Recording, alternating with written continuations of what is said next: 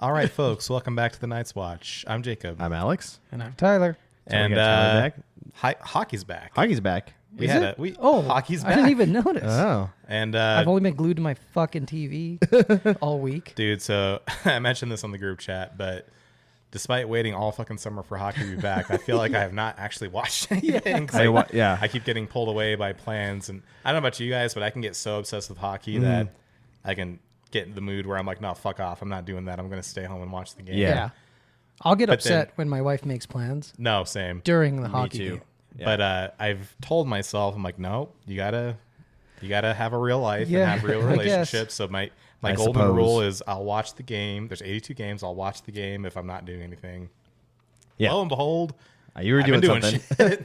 Yeah, good for you, dude. That being said, that's important though. Yeah, I've been watching the replays though, so I think I'm up to speed. We did all three games fully. We all did watch the home opener at Mojave. That was a good time. Pretty fun until the last little bit. What a game! I mean, that's a game to talk about. Yeah. Oh yeah. Well, even once as we get there, even as it was going wrong, we all looked at each other and we're like, we are so back. Yeah. I miss looks this. so good. I miss this. But with the league starting, there's some signings. Including one where my hot take immediately soured. Immediately gone. So the first big one, obviously, Connor McDavid, 2 by 12.5. This is in my opinion, we win in 2 years. And you make this team win in 2 years, or I'm out. Yeah. Well, that's the thing, right? Is that's dollar wise, that is a great that is incredible the best deal. value you could ever get. Yeah. But the way I've been seeing people like fall over themselves, jerking off this deal. Oh my God, he wants to. Well, of course he wants to win, but people are acting like he signed an 8-year contract. I'm like, dude. This is him more or less publicly saying like, I don't have faith in the future of this team. I'll stick around for a little bit more. Other than that, like you said, Alex, I'm out. Yeah, and then they promptly signed Wallman, right? To 8 by 7 or something like that. I'm like, and Ekholm. I'm like, I mean, Ekholm's Ekholm's the one to keep. Yeah. That was a great signing, but he's 36, I think. Really? I'm pretty sure Matthias Ekholm's like in his mid 30s. He's the same age. I knew he was a little older, but 36. Jesus. Let me see. Let me confirm that. He might be 33. I might be just like an idiot, well, that'd be a little more reasonable than 36. Let's see. The Google machine. Let's see. Matthias Ekholm. How do you spell his name? Matthias Ekholm. How old is Matthias? He's 35. 35. Oh, fuck, dude. So, and he's going to be 30. He'll be 36 in May. So that's 4 years, right? Was the deal? Yeah. So it takes him to 39, and he's already. I mean, he's a good defensive defenseman, right? But he was already showing. If anything, signs that's just more confirmation that this team is like, we have to win in the next 2 or 3 years, or we are so fucked. Yeah, I mean, they're like us. That's why I feel like we make the deals that we make, and we go after the big, fish. Because we know... Well, we go after the big fish when they're 28, not when they're 35. Yeah. So, but I mean, that was huge. I mean... It will be fun to see Edmonton and rebuild, though. I mean, I know we weren't like deep into hockey before the Golden Knights, but I was watching some hockey and I just would go back and like look at teams' histories, and literally they call the decade between... they call all the 90s, I think, and the early 2000s, like the decade of darkness in Edmonton, just because it was so bad. Like, well, I know you meant those Oilers fans at a game once when the team started rebounding, and then you say they're like, a lot of these fans are getting cocky, like they weren't here for the bad part. No, they were like, we were just talking to them, like super cool guys, and they probably like were in their 40s or something, and they were like, this Vegas looks really good. I'm like, you guys look good too. And he's like, oh. These young kids have no idea. They're getting all excited and fun, but goddamn, fucking 10 years ago, it was a goddamn nightmare. Like up until like the last 5 years, it's been fucking horrifying. I'm like, Jesus, and it's true. I mean, every team's gonna go through that, but but like we said with McDavid, 2 by 12.5. That's like he put the clock on, and then it kicks in next year, so it's basically three more seasons of McDavid in Edmonton. Yeah, and that's at minimum he could resign, right? If they win a cup, he'll resign. But then Stan Bowman's got to do the right things, and he promptly signed a 35-year-old Matthias Ekholm. I mean, Yeah. again, Matthias Ekholm. Did you guys see Stu Skinner on game 1 like throw the game away? Yep. Yeah. They were up 3-0. Not only did I The see it, but I was laughing the whole time I was watching it. fucking Yes. puck just sitting there, and he's like, should I cover it? No, I'm not. Yeah. Oh, it's yeah. the funniest part of that is I understand sometimes there's, and we've seen that with our own team so far, right? Is there's little miscommunications early in the year between the goalie and the defender. Do I play it? Do I not play it? Do they want me to play it? Should I cover it? Here's the thing, though. If the puck is directly in front of you and you're back and forth on if you should cover it, close your fucking legs. Yeah. I mean, the Close guy your that's fucking barreling legs. down on you probably wants it more than you do. Exactly. And like I said, if you have that hesitation, at least put your pads down And so wasn't they it- can't just Him poke check it and behind Nedeljkovic you. can get a drink later and talk about it. But Hey, yeah. But Ned. It's a hard name to say. That's why they just call him Ned. I'm just getting Ned. Ned is the Golden Knights MVP right now, because if Yeah. it wasn't for him, we would be winless. Yeah, exactly. We'd have 2 out of 6 points. Yeah. But McDavid, I think the other contract that was signed was an even better deal. Kyle Connor, 8x12. Yeah. He's been consistently like 35 plus goal scorer for 5 years now, and he's got him 8x12. I mean, he wants to win in Winnipeg, but And that was 8x12 in the mythical land of taxes. yeah, in Winnipeg. So that means if you like 8x12 for Kyle Connor, no tax state strikes again. Oh wait, they're in Winnipeg, Canada. yeah, like if you like playing there, they'll play there and they'll take a deal. But if they don't, they'll leave. Yeah. It's almost like the whole no tax state is just like a Made up fucking boogeyman, made up like- excuse for butthurt Toronto fans. Or most butthurt Canadian fans. Like, think about it. I Like, think what is Toronto fans are they're probably happy with the results for the first 3. Yeah. have they won all 3? Well, I mean, with Marner's Oh well, Marner's looked, but results. does it? I mean, he's looked great. But that's the difference. is I Marner- can hear them saying, I told you. Oh yeah. Oh yeah, because it's his fault, right? Yeah. But then the biggest news before the season started, right before the puck dropped, Literally the same day. the same day. The morning of. Yeah. I was literally on top of a mountain when this news dropped, and I Yeah. had to try to find cell signal to post my pre-made post about it. You're queued up Jack Eichel signs. So 8x13.5. What are your boys' feelings on this? I think it's a fair deal. Yeah. I love the term. Yeah. I think it's the definition of That a means fair deal. Very fair. He's It's- he's a Golden Knight most likely until He retires. He retires. Yeah. Because Yeah. I mean, he's going to be 29, I think, this month. So it's going to take him to age 37. So that's, typically, unless he becomes like a Patrice Bergeron, where he's just like a two-way guy, a 3C. Look at because Kopitar's turned 40, Yeah. and this is his last season. It's like, yeah, maybe. And Jack doesn't play a hard game. He's very He's very positioned. I could see him being like Kopitar because they play the same type of game, and he's insanely, stupidly athletic. yeah. As we've seen. Yeah, but no, I agree. This is a great deal. One of the few deals that you see where you're like, this is great for team and for player. Not quite as team friendly as Kyle Connor, but Jack Eichel is a center. In my opinion, he's better than Kyle Connor. He gives And you more utility because Kyle Yes. Connor is a winger, so you can't. He's not taking faceoffs. He's not. And Jack Eichel is so fucking good defensively. Yeah, and Jack's killing I said, penalties. speaking of Patrice Bergeron, he's like the next Patrice Yeah. Bergeron, in my opinion. Yeah, I think it's a great deal. I mean, more than fair. I mean, doesn't the Kaprizov contract look dumber and dumber every day? I fucking knew it would. I was gonna bring that up. It's like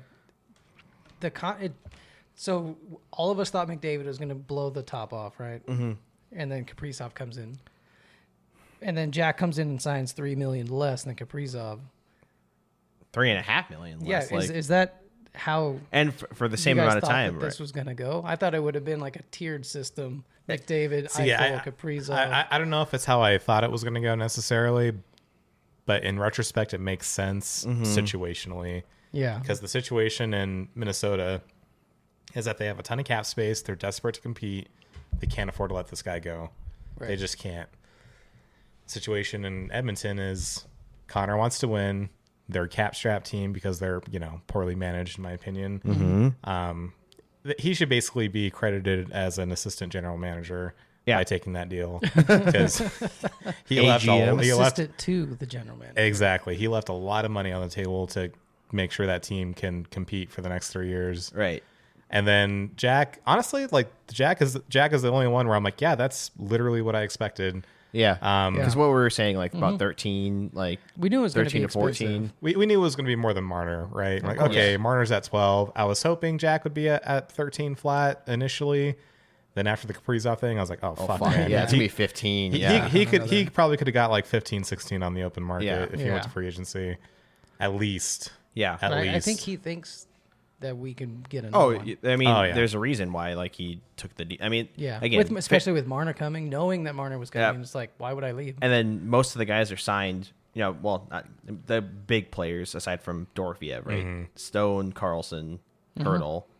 You know what? The defense is signed. Yeah. I think as Knights fans, we are pretty blessed to say that We're spoiled. it seems that Yeah. it seems that Eichel and Cassidy and McCrimmon are all on the same page. Mm-hmm.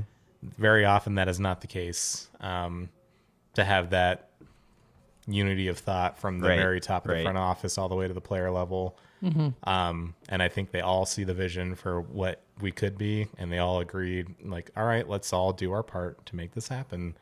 So I'm sure McCrimmon probably wanted to give him $500,000 less, and I'm sure Eichel probably could have made $3 or $4 million more.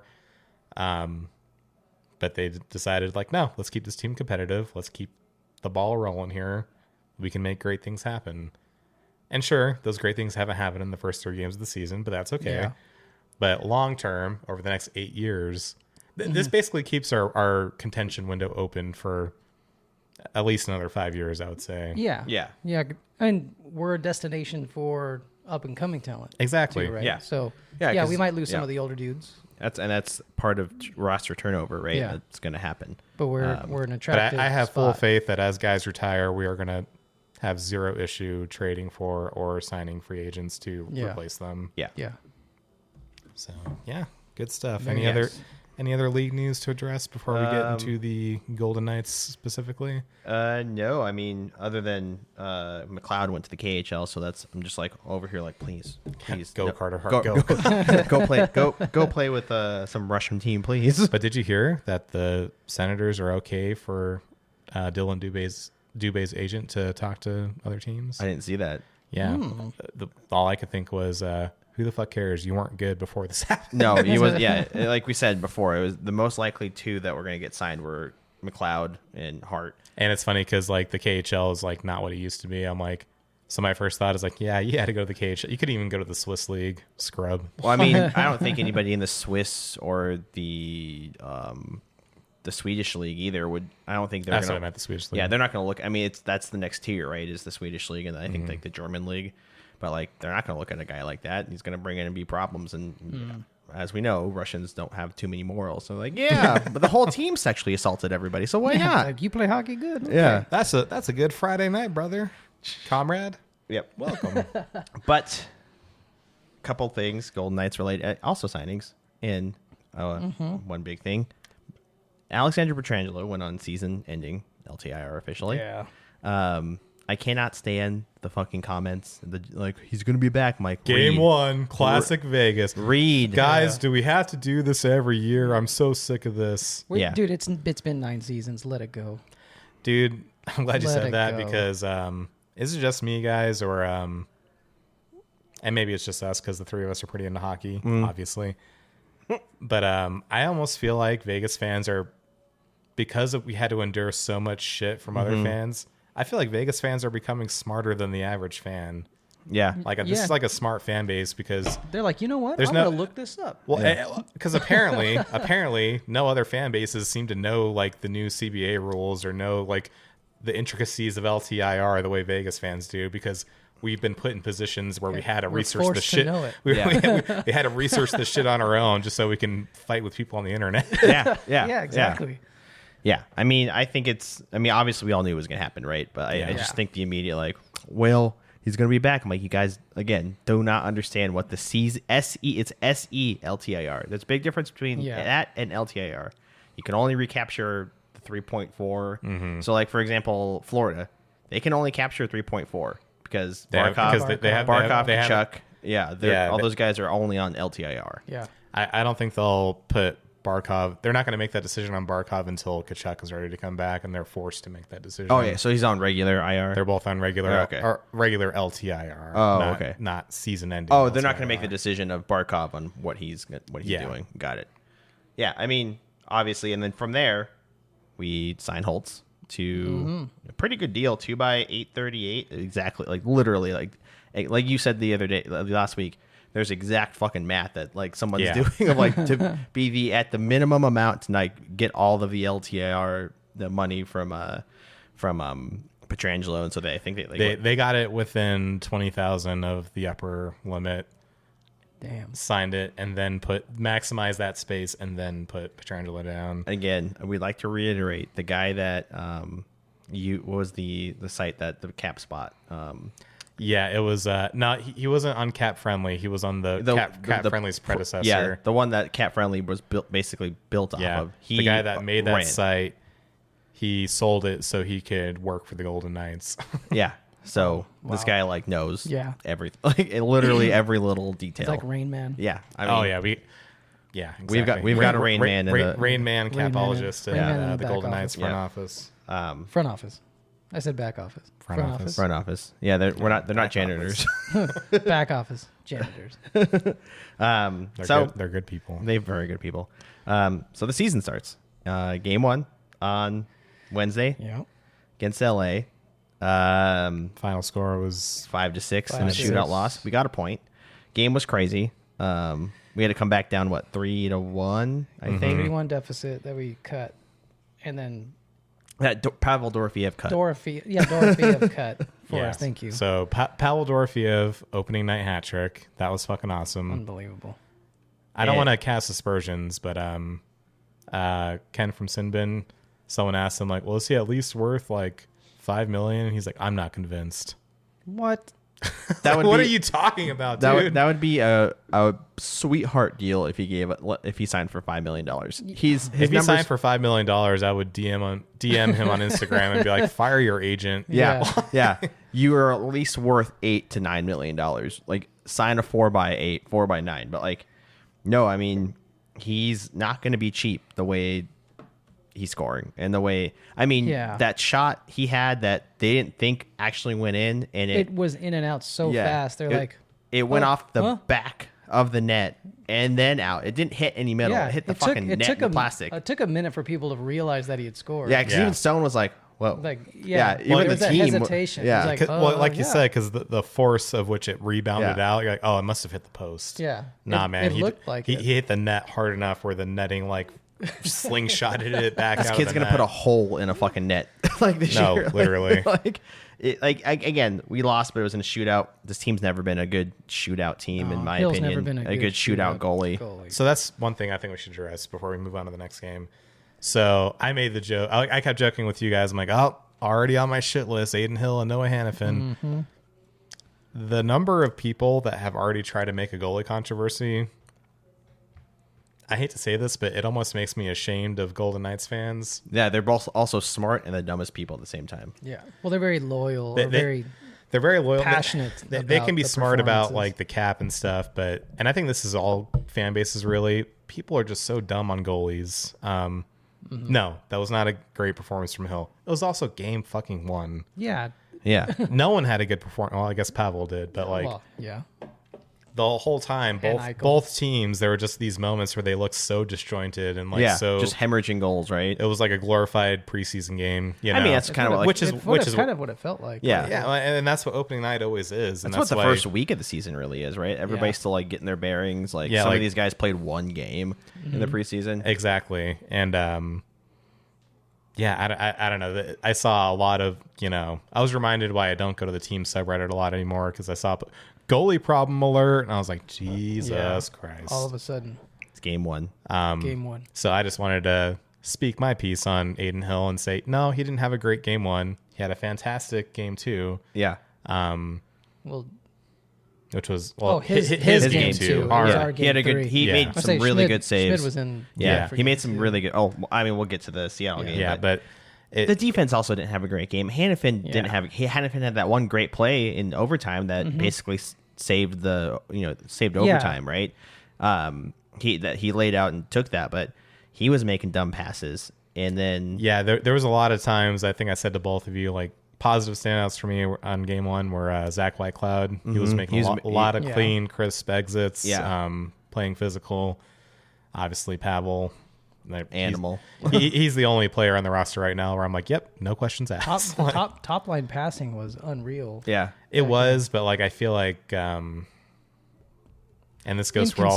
Maybe this goes for all 3 games, but I'm already starting to see problems with that line where I'm like, you gotta break. Yeah, you gotta break up Eichel and Marner. Yeah, you might have to put Dory with Eichel, but we can get into that as we go on. I just wanted to defend Aiden Hill for a second there because it's game 1. Yeah, and I even made a post where I did the direct statistical comparison to Jake Ottinger, and I'm like, it's the same guy. Yeah, it's the same goal. It's the same. Yeah,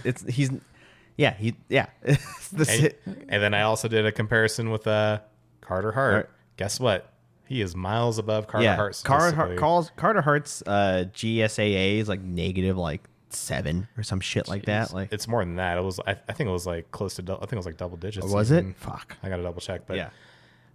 Brutal. And that's why I love that stat because that's the stat that's a true stat. Yeah, that accounts for strength of opponents, or accounts for like the strength of the team in front of you. So like, he put up those numbers in front of the Flyers. I'm like, yeah, and he still let in a lot of garbage goals. Like he had more of enough a chance to save. Exactly. Yeah, but no, anyway. for real.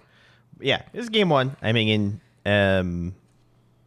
everybody like obviously starting. I mean, LA had played the night before, so they're pissed and they wanted to win. Yeah. Brant Clark looks pretty goddamn good. Yeah. I'll give him that in the games that he's played. Byfield you know who does not look good? Cody Ceci and Brian Dumoulin. Awful. I think I sent that thing to the group chat. Stats were like, I'm like, holy shit, these two are a black hole defensively. Yeah, like was which in retrospect makes it even a little more troubling that we couldn't beat them because I'm like, yeah, I don't think LA is going to be very good this year. Well, I mean, they were also pretty fast coming. I mean, Byfield looked really good. Of course he did. He's Byfield. Yeah, and Kempe looked good.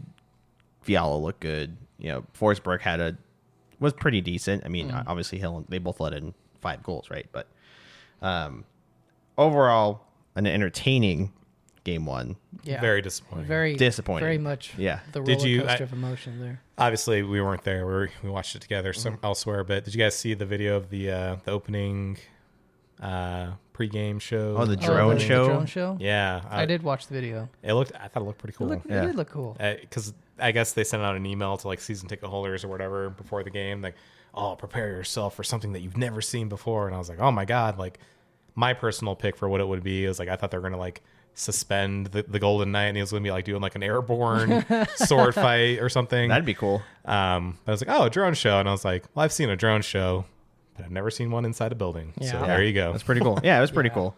I thought it was pretty entertaining. I'm like, what's gonna take like someone gonna throw something at one of those, like a drunk enough person? Well, I was wondering if they're gonna do it like every game. For every game, or if that was just for opening night. Well, we won't know because they don't come back home until like fucking next week. Yeah. Jeez. Yeah. Because they play Calgary, I think tomorrow on Monday, and then they don't come back. Calgary's that's on Monday or Tuesday.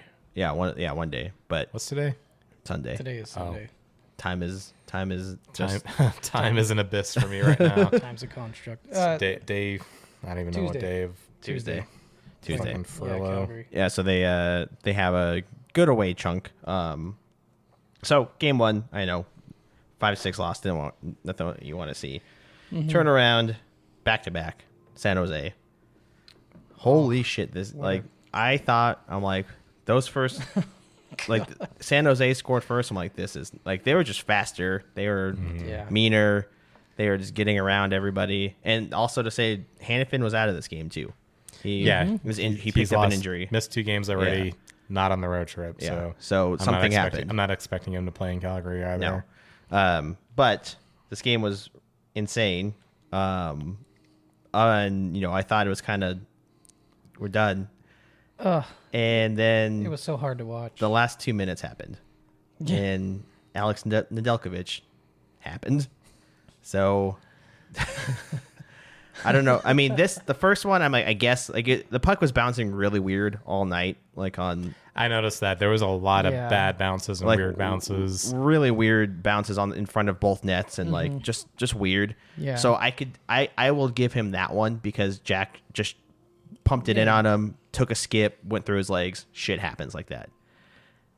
And then overtime happens. The overtime was great. Like both sides were getting shots. Yep. You know, Schmid was making saves, Ned was making saves. Like great back and forth. I never felt comfortable during No, that. and no. the thing with San Jose, what scared me the most about going to overtime is they're young and fast. Yeah. Like, Yeah. they are a team you don't just want to keep play. skating. They all just fucking go. Yeah. Like they you need to go for a change. They don't. yeah, they don't have to because they're fucking 18, 19 years old and don't have any fucking. It's all full of adrenaline. They're just piped in. Blocking. And so, who was the pair? It was what, Carlson and Smith, and I don't remember the defenseman. Theo. And so they're going to enter the zone. And for whatever reason, this happened last year too against San Jose. Whoever the goal was, it Dell came way out of the fucking net. Oh. Remember that? He came all the way to the. I can understand coming out to challenge because you feel like you No, have to. Dell came out to the blue line too, I think. I don't remember, But this one, yeah. Either way, fucking Ned came all the way to the fucking blue line. And hesitated. That's what kills Yeah. me. That's a ballsy move. If you're gonna make it, go all the way. Yeah. Because if you hesitate, I mean, we saw what happened. Yeah, he Yeah. hesitated. Yeah, he hesitated playing And the puck. did you see how far Riley was from the puck when Nedeljkovic decided to come out? Yeah. He closed twice the distance. Well, yeah, than because Riley Nedeljkovic Smith's moved. so fucking fast. Yeah. It's just that image. Just If he didn't hesitate, he would have. he probably would have been able to get clear back. that Yeah, puck. yeah, Oh, yeah. Or if he just stayed in his net. But the tenacity. It's almost like Smith, too. Nedeljkovic is a goalie and not a skater and isn't used to judging those things. Yeah. Yeah. Yeah. But watching Smith hustle, I mean, that's That's what you you pay know him why for. you know why you signed him. Well, even before that, to me, the best play of the night was Theodore and Eichel getting back to save the breakaway with the on diving the and to save the block breakaway it. on the empty net. They break it up to chance. Oh, before, yeah. Yeah. That was insane. Yeah. Before yeah. was it Smith or was it Yeah. Eklund? It was Eklund. Yeah, so before he can get the shot off, they both come back, get their sticks down, break up the shot, and then they get back before he can rush around and do the wraparound. Yeah. Get down and get their sticks down to stop the wraparound. Holy shit, man! The defensive effort on yeah, that was that fucking. defensive effort. Yeah, to save the to empty me, net. that was Yeah. the like we can talk about flukes and all that, and yeah, we did win because of a fluke. Two but flukes. two flukes. Self-sabotaging nature of San Jose. But the defensive play on that was incredible. elite. You know? Elite. Work Yeah. rate was crazy. Yeah. Then that's what. Yeah. I mean, And just the mindset to be like, nope, we're not giving up. We're not Yeah. giving up, Yeah. But I will say, as much as that win made me giddy in a fuck you San Jose way, I will say also this game, it really reminded me of rivalries come and go, but God, I will never stop hating the Sharks. No, same. I will Like- never stop. Oh yeah. And that was the thing too, is there's a lot of flatness in that game. And I was Mm-hmm. like, I feel like when Carlson and Smith out there, they didn't get a lot done, but they were playing with pace. And I was like, oh yeah, you can tell that these two, they still have hatred in their fucking hearts Deep, for yeah. the Sharks. Yeah. There's been so much turnover on the roster Did that it feel like Revo was kind of pulling some punches a little bit? maybe I feel like I didn't notice don't- him a lot. It was like- but that's the problem. But The when, only when they beginning of the when game, they yeah. played the Ducks, he was fucking all over everyone. So Yeah. maybe he was holding back a little yeah, bit. he's like, I would've- they're my friends. yeah, Yeah. I'm not gonna crush my friend. He's like, oh, I'm only here to But how- get my games played record. Yeah. Yeah, But, but feeling that hot needle in the side, seeing him get introduced on the ice. Oh, that was Oh. bad. Yeah. Ugh. yeah. But my favorite image from this entire game is after we win. And there's that deflated shark balloon just sitting there in the audience. It's just a locked on shot for maybe a second or two. I'm like, this is fucking perfect. Poetic. For me, my favorite image was Riley Smith approaching the empty net with the goalie behind him, desperately chasing. He had to double take to make sure that. Because how Am often I does that here? happen? How often is there a goalie on the ice for an empty net goal? Yeah. You know what I mean? Yeah. But That back shot or the back shot. The back shot. the long shot from our side looking towards their net, Yeah. and you see Nedeljkovic. Way- he's like, oh, He's just looking at Smith like, Yeah. and this is where he fucked up. yeah. I saw a lot of people like, oh, I feel bad for Ned. I'm like, I don't. No. You made your own bed. Yeah. Sorry, buddy. You could have just not done that. You could have stayed in your net. Stayed in the net. Yeah. Like even if it was a 2-on-1 in overtime, you still have a solid chance of it missing or a lane being clogged. You just don't go out. If you want to challenge the shot, come out to like a couple feet outside of your crease. Maybe to the hash marks. Yeah, maybe, but don't go to the fucking blue line. Like, what are you doing? Unless you're 100% sure you're going to get that. Unless the puck is loose and you're going to go play it. Unless like the puck is loose and you're looking at it and you're like, okay, I could spring somebody, right? Yeah, like I can spring someone. Or like, okay, the other team will beat my guy to the puck, but I can beat both of them to the puck. Yeah, which was not the case. No, it was 2-1. It was both Carlson and Smith, and then one, I think, San Jose defenseman. And why? Like, what was? I want to be inside Ned's head and be like, what were you thinking? Were you just not thinking? Like, he was probably just rattled from the bouncer, and it is what it is. Yeah, he hasn't played on a lot of good teams, so he probably doesn't have the benefit of the bouncer happened, and then it goes straight into overtime. He had no time to like. Yeah, there's like 2 seconds left on the. I mean, the poor guy used to play for the Red Wings. He's probably traumatized. He's played for the Red Wings, the Penguins, they're all bad teams. They're all bad. Yeah. Oh, he's the Robin Lehner of.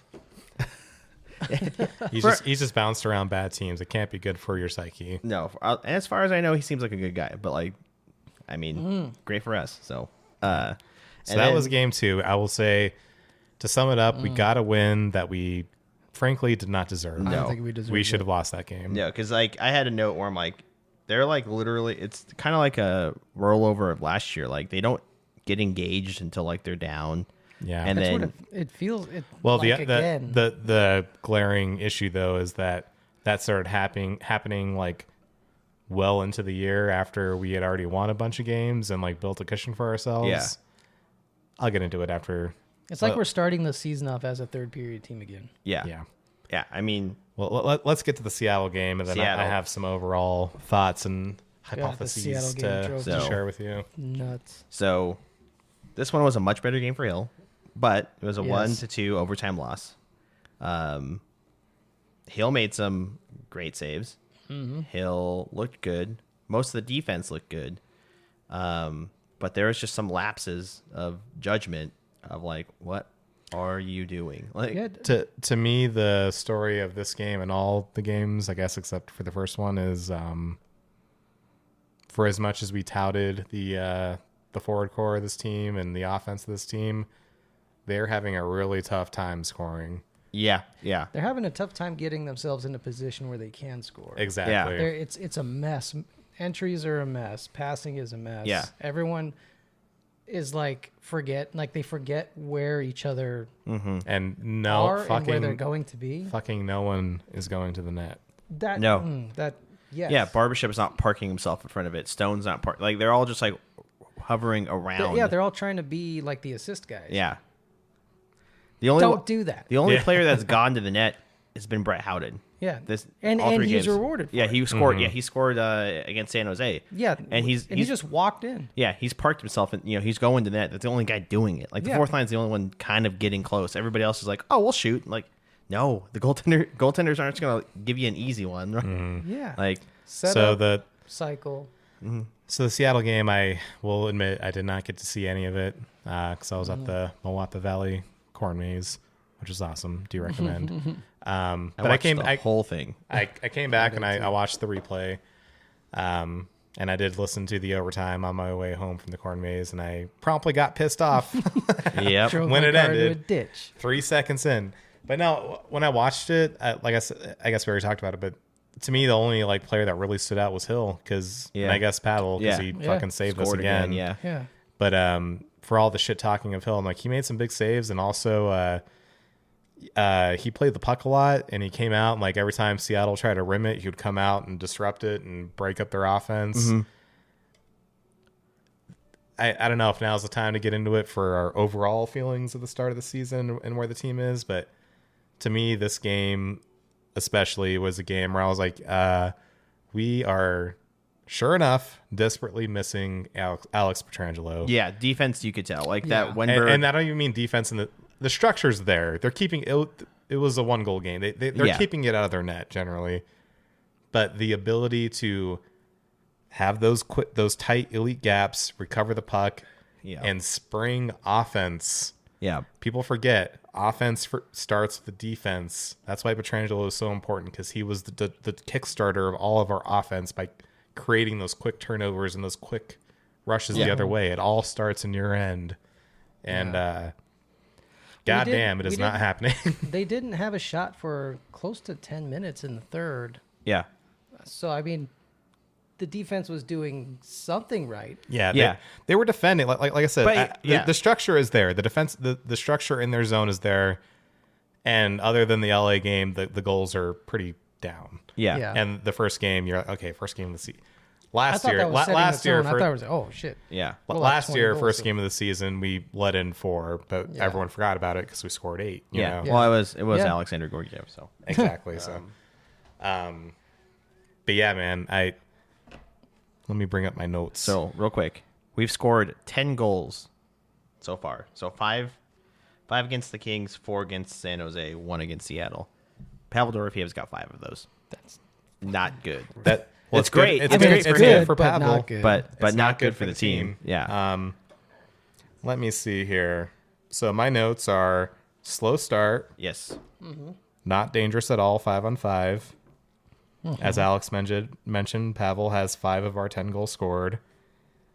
And perhaps most importantly, we have not scored the first goal in the game since Game 2 against Edmonton in the playoffs. Yep. Game 3, we did not score first. Game 4 and 5, we did not score at all. Every single game of the preseason, we did not score first. Every single game of this season, we did not score first. I hate that you said that. It's not good. Yeah, we have to. It's not good. No, you have to open up the scoring. I mean, I knew this game was going to be harder because this is the best goaltender we faced so far in Joey Decord. He was making good saves too, right? But this was, again, a team that's not like incredible, right? Like, yeah. We, in my opinion, we have not played a truly good team yet. LA is the best of them. I don't think even LA, then they weren't very good. Yeah, I think LA is going to be mid this year. The ethos of this team is to play to the level of their opponent. Every time we play a great team. Well, I hope so, because fellas, I don't know if you looked at the schedule. This is the easy part of the schedule, and we're not winning. No, and it only gets harder. So, damn it. Yeah. Well, let me bring it up. Yeah, we got Calgary next, right? So the schedule all year is going to be, and this is another reason why I was concerned about us having a slow start, is because it's intense. It's going to be a very cramped schedule because of the Olympic break. There's not going to be a lot of time for practice. There won't be a lot of practice days. No. To correct things or to change your lines or to try different looks. But looking at the schedule right now, if it'll load. Well, didn't Cassidy change the lines a little bit at the end of the game to like looked like it, yeah. Try to do something? Like, I'm pretty sure I saw, I think Marner with Hurdle at one point, and then some. I don't remember who was up with Eichel and Barbashev, but so our next games are Calgary on Tuesday, which you think that's a winnable game, but they've been playing pretty well. They've been playing pretty well, and they have a good goalie. We couldn't beat Seattle. Yeah. Is Calgary better than Seattle? We barely beat San Jose. Yeah. Calgary's better than Seattle. Yeah, exactly. San Jose beat themselves. We should have lost that game. We were on track to lose that game. Yeah. And then through luck, we won. After that, we played Boston on Thursday. Boston has not lost a game. Jeremy Swayman looks like he's ready to prove us wrong. He's been pretty good. Boston has not lost a game. Then we play Calgary again. And then after that, to finish the month of October, Carolina, Florida, Tampa, Carolina again, Colorado on Halloween. Damn. So we're about halfway. We're more than halfway through the spooky month. Exactly. We're in the we're in the easy part of the schedule, and we don't look good. So I do have concerns about how we're going to look by the time the end of the month rolls around. How many games do you give before you decide, like, hey, we need to start really looking at the lineups? 10? No. Cassidy always says he likes to go in 10-game segments. Yeah.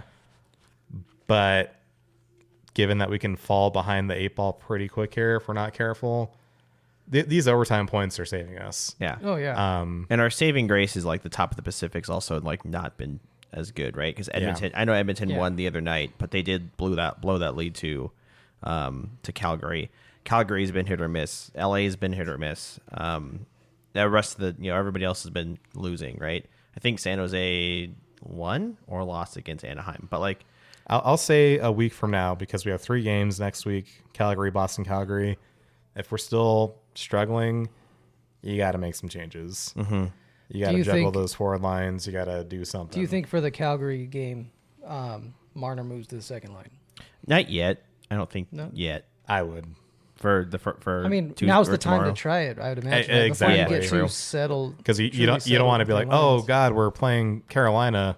Let's change everything. You know what I mean? Lines. True. Honestly, like, and this another one of my hot takes was that Eichel and Marner would be broken up before Thanksgiving. They might be broken up before Halloween. Yeah.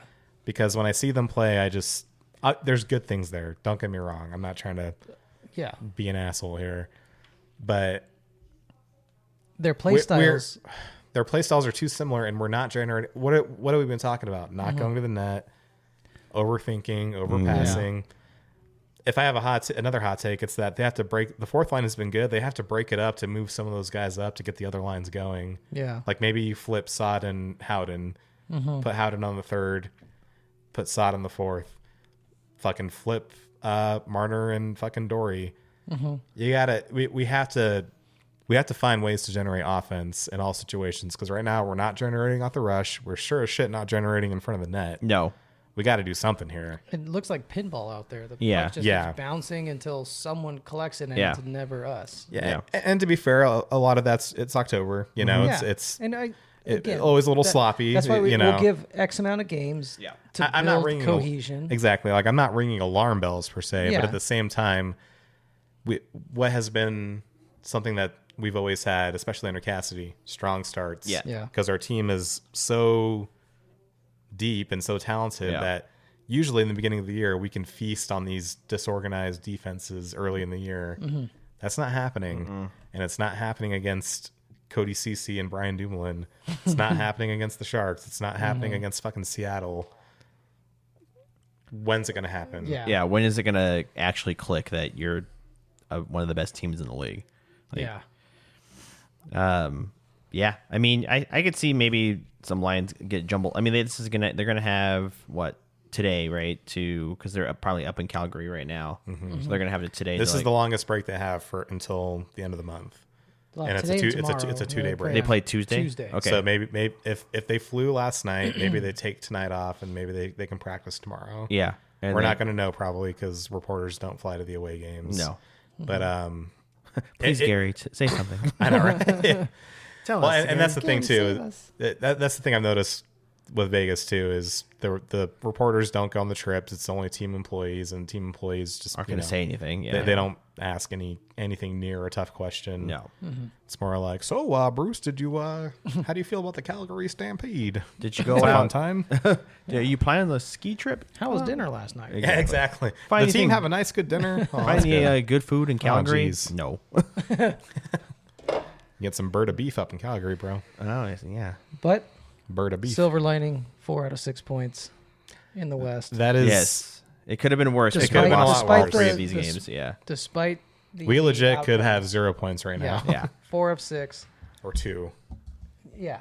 Yeah. And, that's the only silver lining so far. Yeah. No, I agree. I mean, you got points out of it, and, team's going to learn. And it's all divisional teams. And then so it's we're keeping. It's also to consider that, I know it's probably more of an excuse. LA was pissed off from the night before because they got their asses handed to them by Colorado. Yeah. Well, they almost got their asses handed to them again, despite a few defensive mishaps. And then San Jose, that was their opening night. They want to come out big for the fans. The place was packed. They're young and fun. Yeah. Seattle's got a lot of doubters. Most were doubters. They've got the whole league's a doubter for them. So of course they wanted to their prove fan something. base is very loyal. Yeah. And so Seattle's a great sports town. all 3 teams had something to prove. I mean, I think everything does, but like as we get into it, you're gonna be like, okay, we're gonna realize who these teams. It's too early to judge a team. I mean, for like the first first month of the season, you don't know what the team actually is going to be by the end of the year. Well, but before we start getting positive, can I share a few more troubling facts? Okay, Jacob. All right. Mark Stone, Mr. Downer. 0 points at even strength. Oof. Don't tell me that he's on my fantasy team. Tyler knows. Jack Eichel, 2 goals, but one of them was a fluke.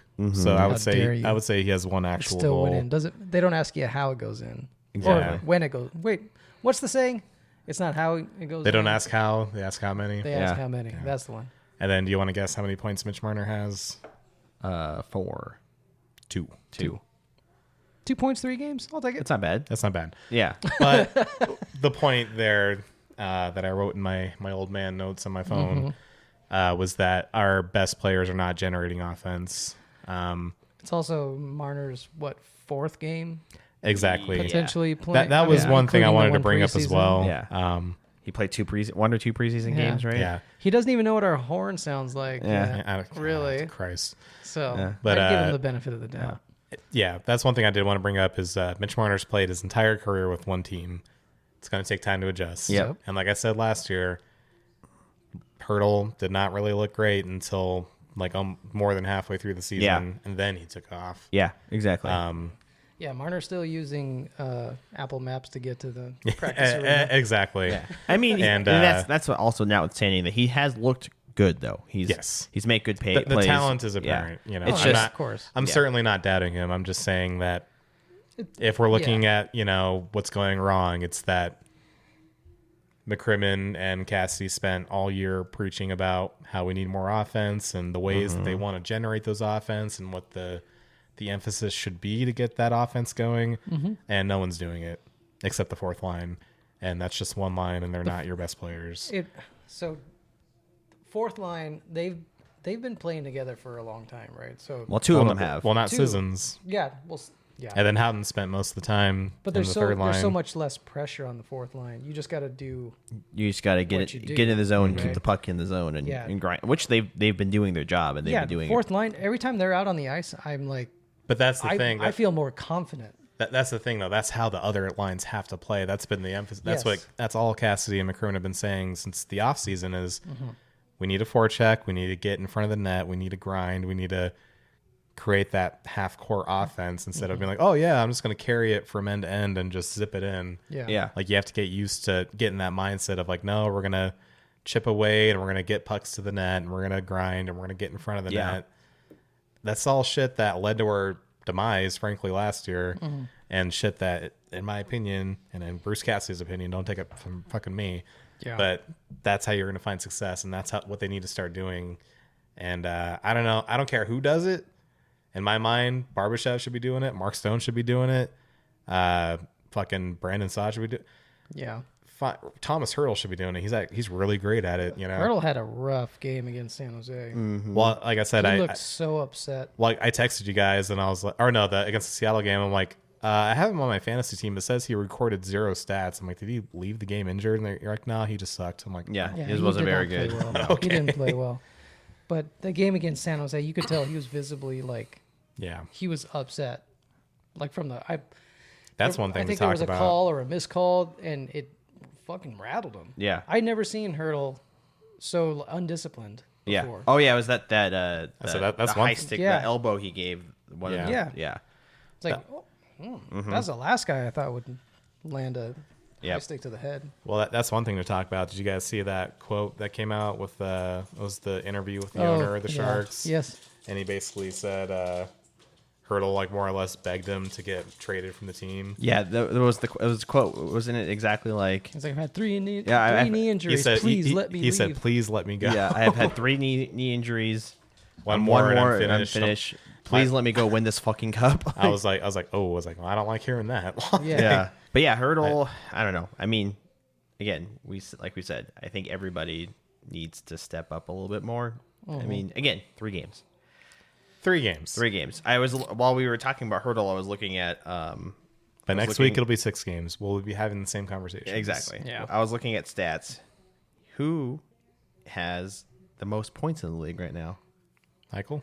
Jack Eichel, 7 Ah, points. fuck. Who has the most assists in the league right now? Ooh. Also Eichel? Jack Eichel. Jack Eichel with 5. granted, What an absolute. Marty Netch's got like 3, and and it's there's guys that are only 1 point behind Eichel, but goals. Pavel Dorofeyev leads the league in goals by 1. Pavel Dorofeyev. Pavel. My mom cracked me up But when we were driving to the Henderson home opener. yeah, She's like, have you seen people saying Pavel Dorofeyev? She's like, I saw that on Facebook and it cracked me up. And I was like, we've been calling him Mom, that for a year. we've been you calling him sweet that summer for a child. while now. But another thing to consider too, I know we're talking about losses. Yeah. So Matt Boldy and Kirill Kaprizov are both off to a disgusting start. Yeah. They both got 6 points. They're both -1s. Not surprised. So, you could be scoring. I mean, everybody's in a weird funk. I think there's only a couple undefeated teams, like maybe 6 left. I think one of them's Florida. I'm like, we all knew that. Yeah. But, people look good. I mean, not look good, but you know what I mean? Like, they look better than, let's see. You want to guess who leads the league in minus? Cody Cece. And Brian Dumoulin, There both we go. -5s. Well, actually, I just had this up coincidentally. What are they, -8? So 5, Cody, -5. -5. Cody Cece and Brian Dumoulin in their 37 minutes together at 5v5. 37 minutes. Break them up. Like, Outscored 5-0. fuck. Well, yeah, the Out -5. chance 1.8 to 0.6. Outshot 23-8. Out attempted 44 to 21. They're making a combined $8.5 million for the next 3 seasons. Dude, as a coach, when do you just step in and be like, Well, if Jim Hiller was a good coach, he'd break him up by now. Like Brant Clark. I thought you meant like as a coach, when do you like go to Ken Holland's office and be like, "What are you doing?" don't sign. kick like, the door in? But like that's the thing that kind of killed me. Like, which it's going to happen to everybody. I mean, we could say LA did beat us, but it wasn't because of Cody Cece, and clearly not No. because of Cody Cece. It wasn't right? because of their defense. No. Well, no, they haven't scored at all. They're -5, so they haven't affected the game anyway, other than being bad. The thing that kills me with the Kings is that Jim Hiller is choosing not to play Brant Clark more. Brant Clark should be playing with Brian Dumoulin, or I need him to play more because he's on my fantasy team. but he's been good. I mean, he scored the tying goal against us in game 1. Well, the thing with defensemen though is like, there's only so many. How do you spread them out? It's like, wasn't there bottom pair him and like Joel Edmondson or something like that? yeah. Well, what's their top pair? Mike Anderson and Drew Doughty. yeah. I guess you could Doughty. break them up, but that's kind of like a sure thing. But I mean, you've got that anchor as Dumoulin and Cece. Like you're always going to have that anchor. I say it because then it turns into like, well, okay, you don't want to break up Doughty and Anderson, so do you put Grant Clark with Brian fucking- Dumoulin or Cece, and like have and him then, tank? and then the conversation goes like, well, why are you holding him back and blah, blah, blah, yeah, we so. cut their offensive power down, right? Yeah, I mean, that's also there goes us, there goes I before the grace of God. I mean, the defense has been they're defensively gotten better. Like the goals have come down, right? They've allowed less goals as the game goes on, which seems not scoring in front of them, which is what you want to see. But then it also is not a good thing that the goals go down and Noah Hannafin's not in the lineup, and the defense is. I do feel like that's playing one thing better defense. to point out is that we've only had Hannafin for one game, and it was the first game where everyone's a little out of sorts, I mean, he did make a great play in overtime. That diving, that sliding dive, to break up the 2-on-1 and save the overtime. Great play. Well, which is probably where he got injured, because I'm Most pretty sure he likely. took a puck straight to the fucking hip. Like, well, that was kind of my last note. I have a little subsection here called "What Needs to Change," What needs to change? and we with kind of Jacob? already hit 2 of them. One of them was generate 5-on-5 more. yes, Get to the net. can't depend on the power play. Yeah. Can't depend on Dory. I mean, you can, but you can't depend on the power. Getting a power. Oh, look what happened with Seattle. We had one, I think, power play, maybe 2, and San Jose was even worse because they weren't calling really anything for. Yeah. So There was some There was some questionable bullshittery Yeah. going No. on Oh in yeah, that game. yeah, And and then, we can't depend on it. I mean, we have to score 5-on-5. Yeah.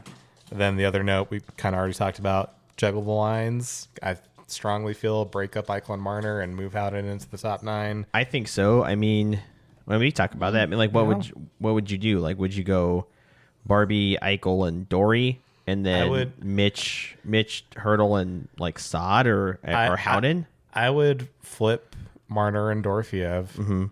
and I would flip Howden and Saad. And leave that third line together, because that third line, I mean, they haven't really generated anything, though, either. They haven't, and they've kind of looked disappointing compared to how good they looked in preseason, which is another reminder that preseason does not fucking matter. Maybe you could even play Stone with, well, he's a right winger, right? I would leave that line together and just have faith that they're all veterans and you basically just tell Stone to get to the fucking net. Yeah. Spring the pass. Yeah. And then let Smith and Carlson do their thing. And while they're doing that, just get to the net. Yeah. I do think that the Hurdle line does need a setup man, right? Mm-hmm. I mean, obviously, Pavel's going to bury it any chances he get. But he's getting set up, but he's kind of setting himself up. If you watch him play, Hurdle's going to be taking a body, and then Saad's kind of there. And then Dory just skates in and just launches one. Well, yeah. And I really... The reason I've said this in an earlier episode, but no one listens to this, so I'll say it again.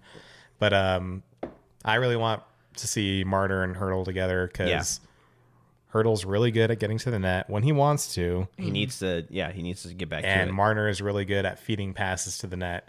When I see Eichel and Marner together, I'm just like, you guys are doing the same thing. You're both trying to skate it in. You're both trying to hold on to the puck. You can't do that. There's only one puck.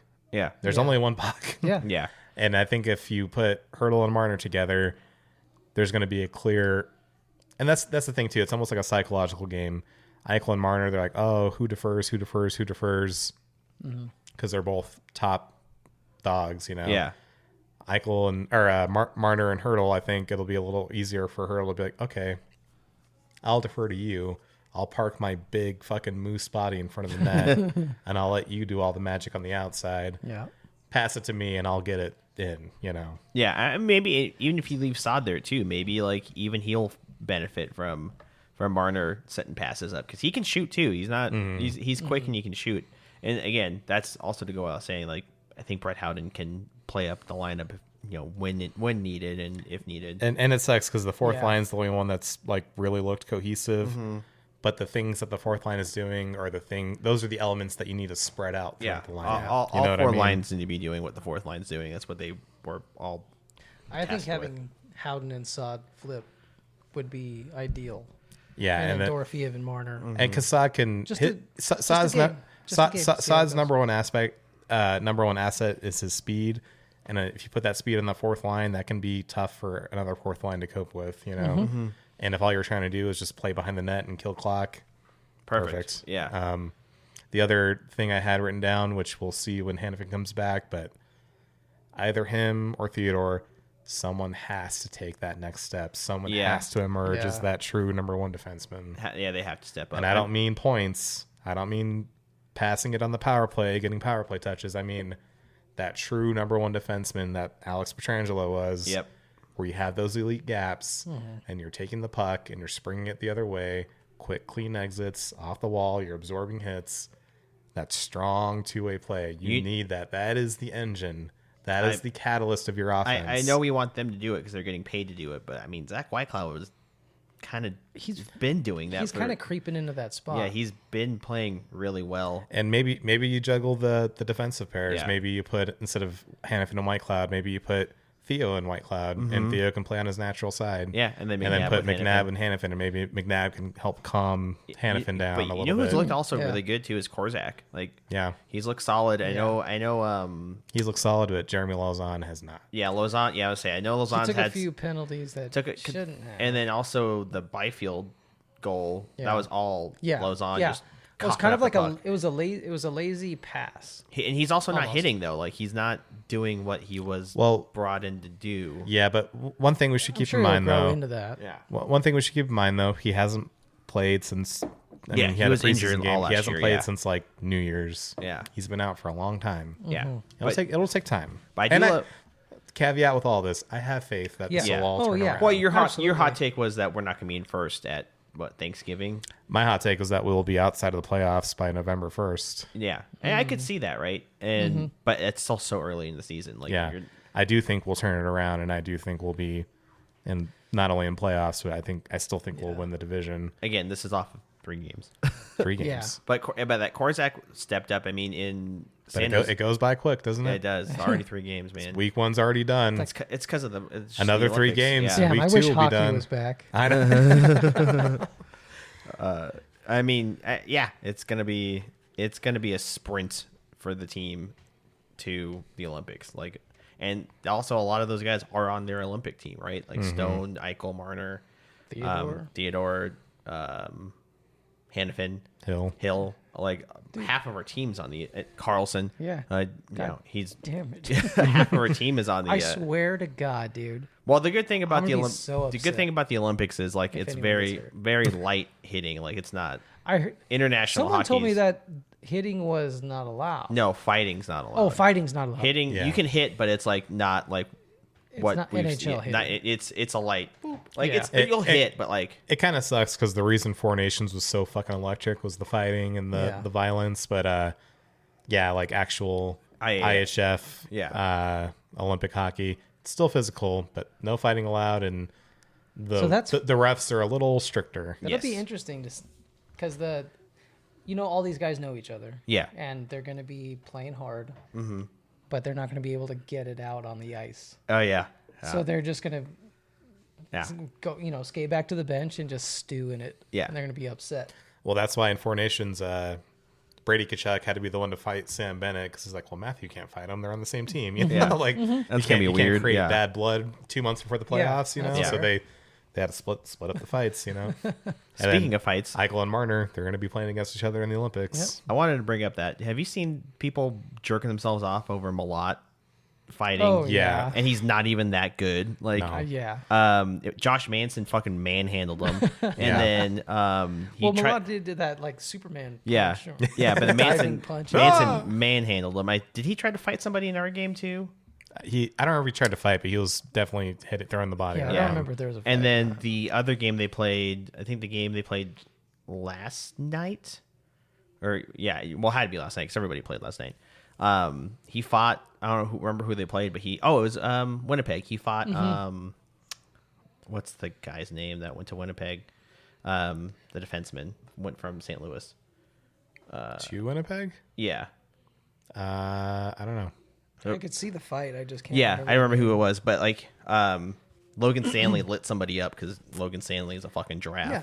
And That was a then- clean hit, too. Very clean, very good hit. And then Malott got pissed off, and the Winnipeg player fought him, and I'm like, that wasn't particular. So like in the guy, what killed me is like, oh, Malott's really throwing. I'm like, no, he's not. Like, Well, isn't he the one where his brother's a UFC yeah, fighter? exactly. And then he gets fucking Yeah. he's clocked getting immediately. manhandled. Oh yeah, And then they immediately showed highlights of his brother. Yeah. Like some fights that he was in. I was like, okay. does this count? No. Dude, No. the production on ESPN is so sloppy. Like, they had that queued up because some producer was like, oh, yeah, mention this at the first fight. Yeah. And then it doesn't really fit the mood in the moment. And then he's getting his ass handed to them. Like, oh, yeah, but my producer said to say it. So now I got to say it. His brother is a UFC fighter. Oh, my God. They probably trained together. Yeah. You imagine growing up with him? Oh my God. Yeah, the ESPN broadcast has been like watching any ESPN that's like just a game. Like I watched the Kings and Colorado game 1, and I'm like, they're just talking while Colorado's like just slaughtering LA. I'm Yeah. like, what do you got? Call the fucking game. Like, Yeah. The biggest asset they had is that I forgot his name, but the announcer from the Blues that they fucking fired because they're cheap and they wanted to combine their radio and TV broadcasts. I think he went to ESPN, and I'm like, that is the biggest fucking asset you have. So be careful how you deploy that. yeah, let them go. I mean, that's why I like TNT. I mean, I know we don't play well on TNT, but the TNT, I do like the broadcast. the broadcast is like top, like Kenny Albert and Eddie Olczyk. Yeah. are A1. John Forsland, And then Shane will and then the pop in. panel is just Yeah. great. Yeah. Which, by the way, my dad, my stepdad met Biz Nasty at the home opener. No kidding. Yeah, Yeah. there's a picture of him. It's pretty Was funny. was he wearing the Marner jersey? Not wearing a yet. suit. He was still in his. Your dad should have asked him about him fighting the fucking traveling like Irish clan. Like what was that in the Irish Travelers. Irish Traveler? Did you see that, Tyler? I'm sure you did. The one that I did see was, I think one of you sent it where Biz was like, I'm going to apologize to this man for the rest of my career. Oh, that is rad. No, that's so cool. I think it was. I didn't see the one you're talking about. They also met Gretzky, but He's a little bit more of a boozer. yeah, He's a little red. he's a little red. He looks a little You disoriented. can feel the heat coming off him from a mile away. My favorite part, I think I brought it up to you guys. It's like, how do you know Wayne Gretzky's a boozer? Is like they were playing a game on the panel where I think it was Anson Carter or someone else. They're like, "Oh, I'm going to say a statement, and you say true or false if you agree with it." Oh, And he said it. Then Gretzky's just like staring at the floor, and he goes, "No." I'm like, okay, I guess that means false. I don't know. But then I forgot the exact context, but the way he said it, he was saying it like he agreed. I'm like, you got it wrong twice, buddy. Yeah. You used the wrong word and you used it in the wrong context. Oh boy, that man. Yeah, I mean, we haven't like any other thoughts at 3 games in. Like, I'm not worried. I'm concerned. I'm a little worried. I'm not little worried. bit. Worried. I feel like worry is. I think that'll be reserved for after 10 games. Yeah. and we're still doing the same. Yeah, thing. my eyebrow is a little raised. Yeah, I'm a little concerned, but I'm a little pensive. I have faith I'll put in it Cassidy. in perspective I'm contemplating a little bit. you of go. the scoring. That's fair. I know we scored 4 goals against San Jose. 2 of them were flukes. I would say one of them was a fluke. Yeah. The bouncer was a fluke, the bouncer, for sure. But in defense of that one, the puck was bouncing everywhere. Like it was weird bounces all night. Well, that's how they scored theirs. Like it got a weird yeah. bounce Yeah. off the pad and then hit the ice, jumped up, Exactly. and yeah. then just swatted it in. Yeah. So. And we only scored 1 against Seattle, but that was the best goaltender we had played so far. Yeah. Joey Decord's Yeah. legit. Joey And he Decord's still couldn't stop Pavel. Yeah, yep, yeah. Joey Decord's a great goaltender, but we're going to be playing better goaltenders. But those other goaltenders aren't playing as well as they like. Hellebuck got lit up against, I think, not L.A. It was Dallas. Oh maybe. yeah, they got. There's Yeah, plenty he of the got good lit up goaltenders have big been, time. You're you know, right. have been letting in softies, right, and then haven't had good games. I think the league leader in like save percentage is probably like fucking, I don't know, some like not Stu Skinner, that's for sure. Maybe Calvin Pickard because he had a good game against Vancouver, but it was Vancouver. It's got to be one goalie that played one game Exactly. with a shutout. So I hate to boil it down to such simple terms, but sometimes you have to. Our next 4 games are Calgary twice, Boston and Carolina. You need to at least split that. You can win. Yeah, you said Calgary twice, Boston, and then Carolina. You need to split that. You should beat You Calgary need- both My take times. is we're going to take 3 and think 4. the next if you games. can take Calgary in one of those games and then take Boston, I'll be okay with that. I say we take 3 of the 4. Well, that's the hope. Here's hoping.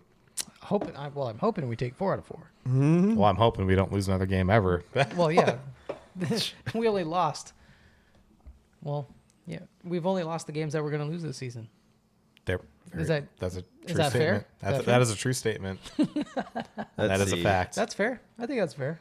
Okay, let me look. I'm just going to give some stats real quick. So, the only goal, I mean, it's because the Rangers have been playing pretty well, but Shesterkin's played 3 games. He's 2-1, has a 976. Wow. He has faced 85 shots, so that defense is Goddamn. atrocious. And then Scott Wedgwood, because Colorado's really good, 925. Bobrovsky came back from that awful first game against Chicago. He's got a 925. And, looking at this list, I'm like, Spencer's Knight, it's got a 908. Joey Decor's got a 968. There's some guys here, Connor Hellebuck, 899. Like, of course it's game 3. Somebody's maybe played 3 games, but I do think this year's scoring is going to be way, way up.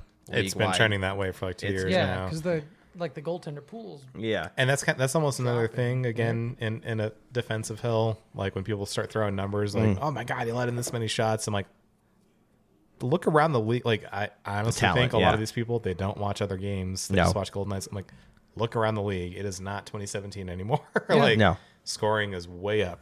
Extremely up. Like, I mean, shit, we won our cup 9-3. Yeah. And there was some games that Florida beat Edmonton that was like, what, 6-1 or some shit like that in the final. I'm like, again, Stuart Skinner and Calvin Pickard, but even last year's home opener that we were so ecstatic we were 8-4. about, we let in 4 goals. yeah, and that, yeah. And if you think about it, their goaltender let in 8. Yeah. Exactly. We got bailed out because of the awfulness that is Georgiev. Georgiev. Is his name Alexander Georgiev? Oh, I Did you think just it is speak an Alex. English word? Is it Alexander Georgiev? It is Alexander Gorgiev. Okay. I You should at least know the first name, Alex. I know Georgiev, Yeah. but yeah, I mean, don't know his first name. But I mean, yeah, I mean, scoring was up last year. Scoring's gonna be up again. I mean, They're just getting faster and faster. Yeah. Yeah. I wouldn't You worry. can't get faster as a goaltender. No. Yeah. No. I mean, Exactly. if we come December and Hill's just got like a 850 and has lost a bunch, then maybe we'll worry about that. But Yeah. he turned. Today is the 12th, so 3 more days until they announce the Carter Hart signing. Well, I mean, Are we gonna have the era of Lindbaum? maybe? How can they though? Like, they don't have any money. They'll find a way. I mean, I hope not. Yeah, same. I say that. I don't think Hill's gonna shit that hard. No, I only say that because it's true. They can and find a way. If they, that's the thing with this organization. Once they make up their mind, they make it, and they find a way to make it work. So if they decide they want to sign Carter Hart, they will find a way to make it work.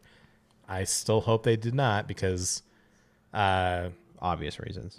reasons. But, And also, Previously discussed. as Schmidt reasons, looked yeah. good As- against San Jose. I was gonna say Yeah, Schmidt looked he good, didn't look- and he you know didn't who look else bad looked at all. good? Lindbaum. Lindbaum. Yeah, We went to the Henderson home Yeah, opener. he looked great against Vancouver. I don't know if that's worth discussing, but yeah, that was a good game. It was fun. It was packed. It was full. Went house. to overtime, right? That was the night that it stormed fucking crazy Yeah. in Henderson. Like on the way yeah. to the game with my family, like the traffic lights were out. There's floodwaters. It's a little scary to be honest. Yes. But He looked good. I mean, yeah. I mean, we could talk. I mean, we didn't go to the game last night. I don't even know if you want or not. We lost 4-2. No. But it's usually hard to. You would say it's hard to beat a team back to back, but it's even harder to try to come back and win the second game. And they just won the Calder Cup too. This is the Calder Cup that's the defending thing is- champions. Yeah. Yeah. As you said it to me on the first night, it's like, well, last year's some opener, we got our fucking asshole. We blown lost open. 5-3, I think. Yeah, Like and that. then and I think one of those goals were at the last minute. Yeah. And then this one's like, okay, the home opening we lost by 1 goal in overtime to the defending AHL champions. I'm like, yeah, I can live with that. Yeah, and they had some good players, and the teams look. I mean, Fleming's looked good. Like, Yeah, as a forward. as a forward, he's just up and down grinding. I did Lavoie work on his shot because like, where did that thing come from? Like, I don't know how it looked because we were on opposite ends of the ring for once, but the shifts on my end, like Raphael Lavoie, he looked pissed. He looked like he was playing with an edge. Like every time, that's what I love about those low level seats. You can see the expressions on their faces, and like he just looked like fucking disheveled and dismantled. Just he was fucking pissed and like possessed. Yeah. there was a power play where he was just fucking all over it. He was everywhere the puck was. He was there. He was on top of people. Whether he spends the whole season in Henderson or if he comes up to Vegas, that got my eye on him. I mean, I think it's good if he does come up, right? Because he's going to play in the fourth line most likely. Maybe he's a plug-in. Like, say for example, Sod gets I think injured. he's fucking pissed that he started the year in Oh, Henderson. I'm sure. I think trying to prove it. he Yeah. was banking on starting as the 13th forward, and he's fucking pissed that Holtz took the spot from him. I'm sure he is. I mean, I think he'd be a better bottom 6 player than Holtz. I mean, Holtz has really improved his game, but I mean, it's going to take one mistake from Holtz if he pops in the lineup, right? If he comes in and he plays a game for, let's say, Sod or Howden or somebody that may be injured, he makes a mistake. Cassie's got no problem going out. Like, you're going down, you're out, Back you're to done. Anderson. You go back to Anderson, bring me up. You know, Lavoie, Lachinsky, Reinhart. You know, one of the 3 guys, and that also. I mean, also, you know, ignores like Cataford looked really good. I know he's only like 20 years old. Who was I looking? It was Cholak was on the bench.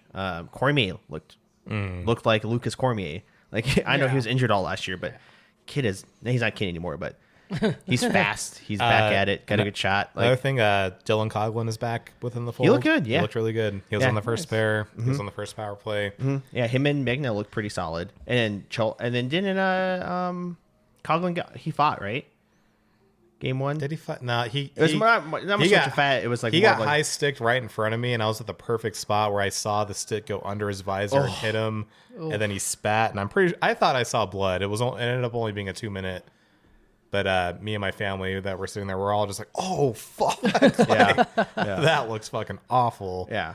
I mean, But, I think they'll improve. I mean, Lindbaum looked good. Feichman's not awful. I think Whitehead's probably gonna get some games. And then all the guys that were benched, like a bunch of them played last night. I know Ronan scored. One thing to talk about for Henderson and Vegas.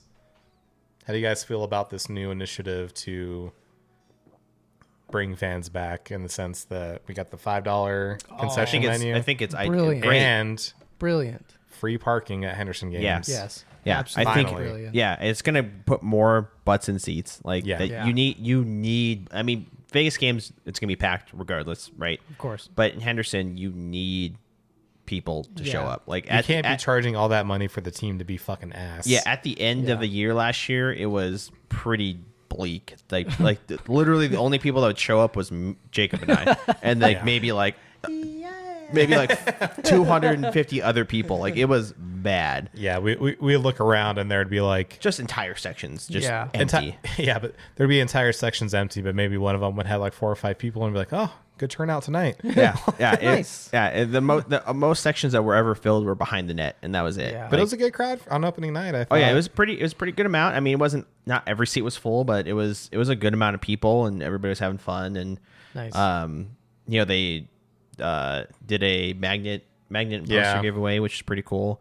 I drunkenly left my magnet at my seat, so maybe it'll be there. When we go back. Damn. Yeah. So, no, I mean, it's good that it's like hot dogs, pretzels, Soft drinks. like family friendly Yeah. stuff. Yeah. And it's Yeah, like yeah, $5. yeah. I did notice that the price of beer was cheaper. Was it? At Silver Knights this year? It was like the tall boys. Usually that's like $18. I bought ours when we went to the preseason game together. It was like $28. So maybe it went down a couple bucks. I mean, if they can afford it, right? Like, So, well, right. I haven't purchased a concession yet because I'm still furloughed. So I mean, I'm on a fixed income. but I mean, again, but it's good though. Like, that was my biggest gripe of like, I only went to the home opener because my stepdad got free tickets. So. yeah, exactly. Yeah. I mean, that's my biggest thing with like sports in general. Like even it's mainly hockey games because it's pretty bad with all hockey teams. Mm-hmm. Like you go in, you spend, let's say for a Vegas game, you spend $80 for a ticket, right? If you're like me, that's 2 tickets, right? That's $160. Yeah. Or if you're like, say if you're like your brother, that's 4 tickets. That's $350, and then the That's food. like an emergency room visit. and then the Yeah, food, and then exactly. you bring your kids, they're gonna want popcorn, they're gonna want a hot dog, they're gonna want snacks, They they're gonna want want stuff. nachos, they're gonna want they're gonna want to get some merch or something. I will Yeah. tell you boys that me and my sister went to that preseason game that you gave us the tickets for. They had $3 hot dogs. We smashed some hot Hell dogs, yeah, bro. that's That's what awesome. I'm talking about. We did some. We hit the. Would you say you were glizzies. 10% hot dog when you left? Probably? I mean, they're We like hit they're those glizzies pretty hard. bro. $3. I mean, even just standard prices now $5. I mean, My sister, she's a skinny little thing. She had like 4. Damn. and $12 though. Yeah. Like $12 That's, for that's $12 for a pound of basically a so- pound of food. it's We're sitting so there much watching the better. game, and as they're doing the anthem, I'm sitting there fucking mustard, Drenching your shit. mustarding up my hot dog. I'm like, Lube up, come in me. all right, how we doing time wise, Alex? An hour 20. Damn. Well, I'm still feeling pretty chatty, but I guess we should probably wrap it up. I mean, the last few have been like an hour and 45 minutes. Jesus, it's too long. No one's listening to these things. Hey, we've gained subscribers. No, some people, I guess. Yeah, maybe. I have passed the name out quite a bit. Handed out God new bless. stickers. Yeah. God bless. On that Doing my note, best. though, I don't know what else to talk about. Talked about the Silver Knights. Talked about the team. Talked about signings. Let's just sum it up and say, how are you feeling now, and what do you want to see in the next week of games? I want to see steps taken to bring the forward core together on the same page. Whether that's jumbling lines, different drills in practice, I don't know. But I want to see them look like they have an idea of what they're doing instead of just playing individually together on the ice. And defense, Agreed. defense, I want them to tighten up. Obviously, they tightened up though. They've re-tightened up. Yeah. I think after that game one, it was bad. Don't get me wrong. Yes. But Lozon this made is bad without plays. Hannafin on the last 2 games. I want Hannafin to plug back in. He just needs to not make dumb passes. Like he was trying to spring.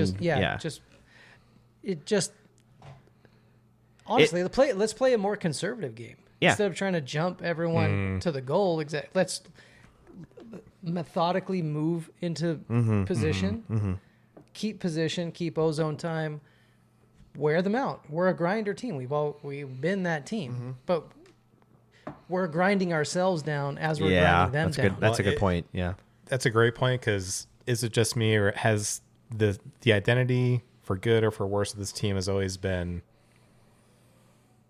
players that get too cute offensively and then it bites them. Yep. But they're also capable. They are very capable of that type of game, that grinding, direct, playoff style, whatever you want to call it. They're so capable of that.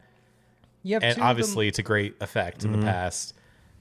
Like but 2 of the most prolific just puck holders on the top line together. Exactly, but there's just something in that mindset of this team where they always get a little too cute. They always make that extra pass. And it's not until they get, frankly, slapped in the face that they say, okay, maybe we should actually just buckle down. Yeah. And just the extra pass turns into a breakout for the Yeah. other team. Now it's an odd man rush, and then they fucking score on it, and you're like, oh, I was just trying to be cool. What I really want, I need us to get more mean. Well, that too. We're not mean. You know, they've got mean guys. Yeah. I mean, game one, Ivan Barbashev was launched out of a fucking cannon. Like, he was hitting those boards. He was hitting people hard. There's that one hit where he crunched a guy, and you just heard it go. You just heard the board absorb it, and the guy's body absorb the hit. And you're like, oh my god! Like he's hitting, but like we need Kolesar and Sissons and Howden to hit. Lauzon. We need Lauzon. Lauzon needs to hit. Yeah, like I think Lauzon is like halfway. Well, like Jacob said, he hasn't played hockey, meaningful hockey. No, you're right. not even like meaningfully. He just hasn't played. He hasn't played hockey since beginning of the year, right? Like, the only hockey he's played was the last preseason games and these 3 games. Yeah. He's still getting into the field, right?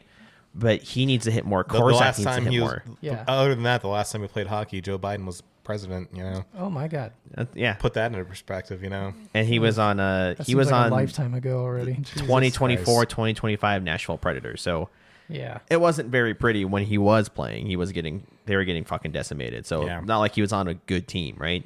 So, I mean, I think they it's all there. All the tools are there. All the pieces are there. It's like a puzzle, right? You have the border done. You got to fit everything in. But like Cassidy said, there's gonna be some time. It's gonna take a few. It's the first few games. We're gonna figure it out. We're gonna roll and see what we can do. And honestly, it could be worse. Can I tell you, Buffalo? We could have 0 points. Exactly. Can I tell you, boys? Can I tell you, boys, when you should start to worry? It's not a game number. It's not a metric. The first time you should worry is the first time you watch a post-game conference and Cassidy either has a long, extended pause before answering a question, or if he's standing and he's shifting side to side. Yeah, you can tell he's angry.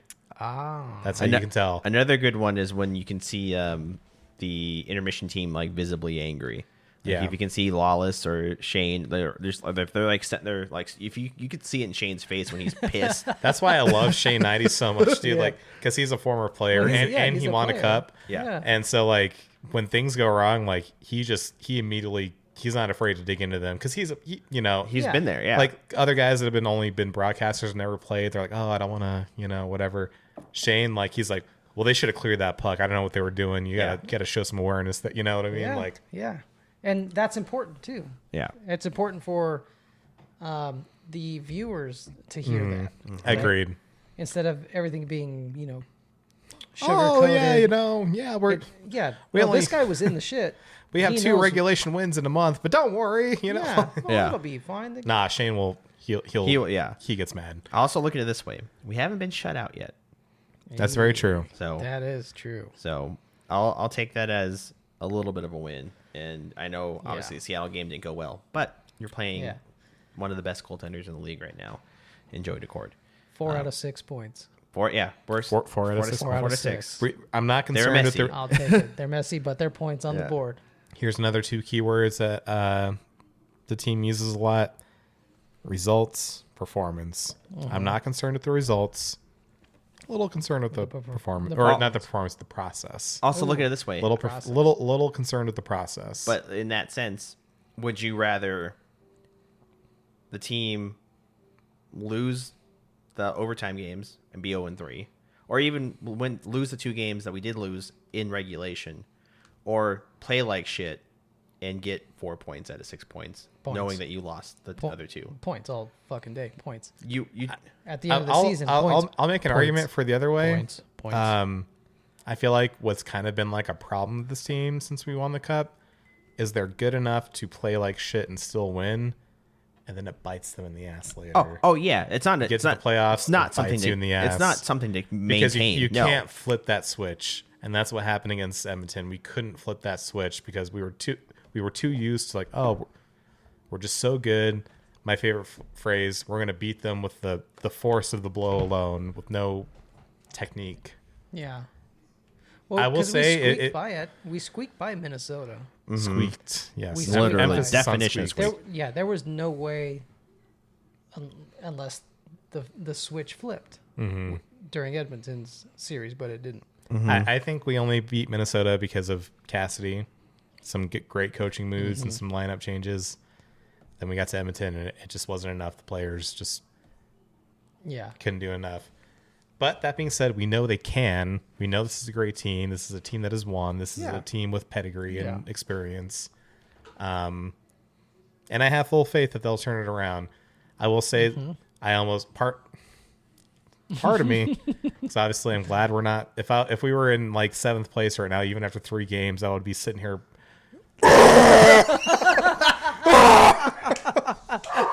Oh, sorry. Oh, look what you did! Look what you did! I set off the dogs. I'm sorry. That's gonna be a fucking jump scare. Oh, God. I'm gonna have to put like on the screen this a warning like Jacob jump scare in 3, 2.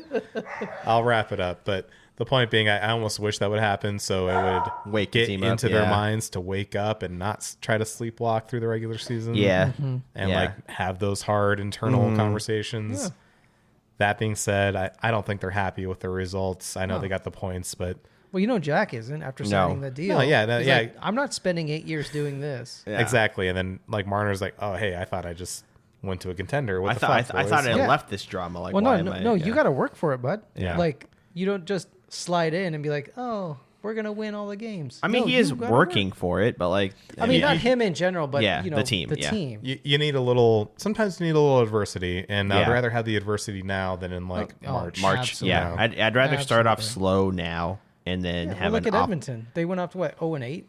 Yeah, They still and they made made the cup final. I mean, look at us. The year we won the cup, that year we didn't start off that wasn't great? great. No, it was the opposite. We started off fantastic. Oh, we were like 11 and No, that was the year Yeah. after. No, that was both years. Both years? Okay. We've always had hot starts after Cassidy. Yeah. The year we won the cup, we went like 11 and like 1 or 11 and 2 it or was something. insane.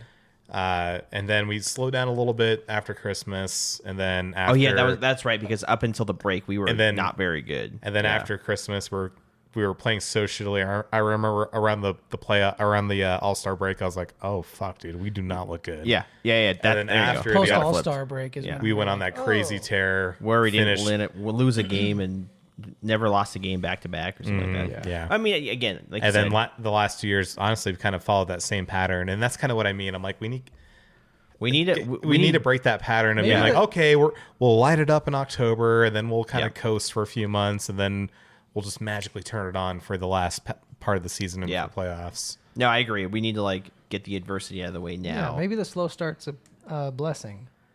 In disguise. In disguise. Yeah, I mean, we'll see. Maybe this time next week, Jacob's just gonna make that noise again. Just fucking growl into the microphone. Well, if I'm still furloughed, I'll definitely. That's all you're gonna be. I'm gonna show up here in my fucking pajamas, fucking That's the We only got a noise. bed for you, bud, if you need beard somewhere to growing, stay. fucking bottle of fucking $4 vodka, Russian vodka, Pop and off a in the brown plastic. No, the Pop in the brown plastic paper No, you bag. gotta go to Albertsons Or paper bag. Get the Albertsons brand plastic, like Ooh. fucking 2 liters Yeah. of vodka, just the fucking cleaning solution in a bottle. Oh boy, I can't afford vodka, so I got wind out. just drinking fucking Just just alcohol. Can't afford vodka, so he just bought the cleaning, like the isopropyl alcohol Yeah. from the It's 75%. That's my sweet I'm spot. like, well, hey, if you dilute it with Sprite, it's not that bad. It burns a little less. yeah. No, Where'd you get the it's fine. Sprite? It's like, well, I wandered into the last McDonald's with an open fountain and just kind of. Yeah, they didn't say anything until I left. Jacob's gonna be By making the time the employee came around the counter, I was already out the door. So give it another week. Jacob's gonna be making toilet hooch. Like you're joking, but you know. Hey, we got potatoes. You need some potatoes? yeah, you can make your own vodka. All I'm going to say is that there was a moment this week where I came out of Lee's with a bag full of liquor, and then I looked at my bank app and I was like, what have I done? What have I become? What have I done? I'm going to be homeless. And like, was it worth it? I'm like, yeah. Oh, yeah, hey. it was worth it. You know what? Hockey's back. That's Hockey. that You makes know what? it The best worth thing it. is you can be homeless outside of Toshiba Plaza. You know what? Oh, Allow me to paint a picture for the listeners as we exit, because that's my favorite thing to do. Mm-hmm.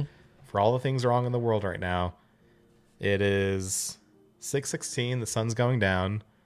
The Halloween decorations are up. Mm-hmm. There's storms and rain, all this ambiance, and we're going to places like Gilcrease Orchard and the Moapa Valley for the corn maze. We're drinking pumpkin beers right now, Drinking Oktoberfest. nothing better. and drinking Oktoberfest. And guess what, boys? There's National Hockey League on the television. Except for Friday night. For some fucking reason. You know what? One last note. Okay, I personally love the Frozen Frenzy. I love having I don't all the mind it teams at all. play on one. That's not my problem. Yeah. And I get it if you don't like it, but I don't know if they're listening to this, but the way the hockey chat has been complaining about it lately, I'm like, guys, you complaining about it is way more annoying. Yeah. Just wait a fucking day. It'll be back. I promise you. Yeah. And guess what? It'll be back every other day until fucking May. You have hockey literally every day aside from the. I mean, even once you go on the winter Olympics break, you're gonna have some kind of hockey every single day. The PWHL is starting back up, right? Like your NCAA is back up. UNLV just played. They I think won both games against Utah. So Dude, we got to go to a UNLV game. I would be down for that. I think I'd be I think so they down for play. I think they played in 2 weeks or next week. I don't remember, but Some number of weeks. yeah, it's just at City National, and it's like I think $20. Dude, like, and yeah, you just, let's put it together. yeah, I'm down. I mean, I'm down. And we still need to go to a Silver Ryan's game, bro. yeah, you have to I'm go. telling you that extra seat, it's never full. Just Buy those a two $12 seats. buy a $12 ticket and then come sit Yeah, with those us two. at the glass. No one owns those 2 seats, so they're always empty. So Oh, yeah, all right. You think you've seen me turn up? You haven't seen me turn up like the way I do at a Henderson game, where I'm screaming at players because Let's they're rock. right there. yeah, they're right Let's there. rock. We called Thomas Bordelot like a midget 2 years ago. I'm pretty sure that's the reason why he got traded to New Jersey, because he was getting verbally abused. His Lordy. therapist recommended a transfer. He's like, he needs to leave. There's just 2 guys that are just like bullying his height, like. And then Get him out of there. we were like praying that Evander Kane was going to be on the Barracuda for a game. Oh, I had like 3 pages of chirps ready to go. damn. Like we had like written it out in like in a notes app, just like and then he's like trade me. I'm like, oh fuck, damn it. My favorite one was who was it? Oh, Scott Sabarin. Okay. Where we're like, is that Scott Sabarin? How old are you? At least it makes sense for him to be down there. It's those players that you thought were going to be good, but then they weren't. And then you see them in the AHL and you're like, buddy, what are you doing here? Oh, like What are you doing here? what's the dude on Tucson? You made fun of him. Act me a lot of guys. Came from St. Louis as a defensive. Scott Perunovich. Oh, yeah. You're like, I thought he was supposed to be good. I'm like, no. What happened, pal? You're playing in Henderson in front of like 250 people? Yeah, and a preseason game, you're playing for fucking the Tucson Roadrunners that barely are even affiliated with Utah. And also, I saw Janmark at a Silver Knights game. you did, I because he did, was on yeah. Bakersfield. Yes. That I know. I got a picture of him. Yeah. I was like, Yeah, oh my I God, saw- it's Janmark. I- I still had some respect for him from being with Vegas. I'm like, I won't yell at you, but It was the year after Mm-hmm. he had left Vegas, and I saw him sitting on the bench. I was like, is that Janmark? Yeah, You can see his scrunched up face. like that is him, or like that is his, him. his Ruse Bolton face. It's like where you see a guy way past his like when Edmonton signed was it Sam Gagner 2 years ago, and everyone's like, that's gonna be a great signing, and within like fucking 5 days he's in Bakersfield. I'm like, oh, worked out really well, bud. Who could have guessed? But yeah, you got to come to Silver, like literally buy the cheapest ticket. Like people will sell their tickets for $20, and then I'll just buy one at the door. yeah, and you can just walk down, and someone might say something and be like, oh, he's fine, this is his ticket. Yeah. They wouldn't know even say him. anything. Yeah. Right. As long as you go straight to the seat, they'll Just be act like you I'll belong. just follow you guys. yeah, exactly. Exactly. Like I'm Just there. act like you belong. Yeah, no, Yeah. those seats, no one ever sets in them ever, literally ever. All right. Well, boys, I think a good time? I think we did it. That was I a think good did that it. was a good first episode after the season started. Got some question marks, but early season, Yeah. plenty of time. Yeah. We'll Not figure panicked yet. it out. We'll figure it out. I believe in Cassidy. Pavel Dorofeyev is going to have He's the 100 and It's Pavel the truth. Pavel the Truth. What, That's he's his got- new nickname, the Truth. he's got like what 5 goals in 3 games, so that's what 1 point. Let's just say 1.5. Kid's a savage. Yeah, he's gonna have like what, what was he was on track for after game 1, like 246 goals or some Did you shit see like that. That meme I sent with that objects Yeah. near closer than they appear. I just saw a stat. You want to guess going back to last year where Pavel Dorofeyev is ranked in total goals from last season till today? No clue. He's tied for 10th. Damn. That includes guys like Nikita Kucherov, Austin Matthews, Sam Reinhart. We can't afford him. next He's year. he's tied for 10th with 40 Guys, going back to last year. before we depart, can I slide a little hot take here? A little hot take. I'd Yeah. expect nothing less. Pavel Dorofeyev will score more goals than Cole Caulfield. How dare you? Bye. Take my money. And you know what's hilarious is one will get talked about a whole lot, and no one will acknowledge. That's the kind of other thing one. that's killed me. He leads. I know it's only 3 games. You can't build anything off of it. Of course. He has 5 goals in anything you turn on, ESPN, TNT. His Well, name's see- not mentioned. That's that's the thing. I've been seeing a lot of talk about him now, but like, there's all this talk about he came out of nowhere. I'm like, no, he He didn't. scored 35 goals last You He guys- year. didn't come out of nowhere. He scored 35. It's been a steady progression. Steady progression. He If came out of anything- nowhere anything, if you he's- weren't paying attention. Yeah, If anything, cup he's year, right on time. Cup year, you know? cup year. All it took, maybe all it took was getting that firm fucking elbow from Jacob Trouba to the chin to make him turn him into the goal scorer that he actually was. Maybe we can thank Jacob Trouba for giving Thanks, him a Trouba. concussion and Thank you. allowing him to score as much. You as connected some neurons in there that he needed. flipped a connecting. switch in his brain. All right, we got to wrap up. I know we This is gotta. going too long. So hockey's back. It's October. It's spooky season. Boo. I'm slowly descending into madness for lack of a job because of Congress's inability to govern. Just come drink with us. Okay, as long as you're buying the beer. I got plenty of it. But yeah, boys, Pavel is the truth, and Pavel the truth. stay gold. Stay gold. Stay gold.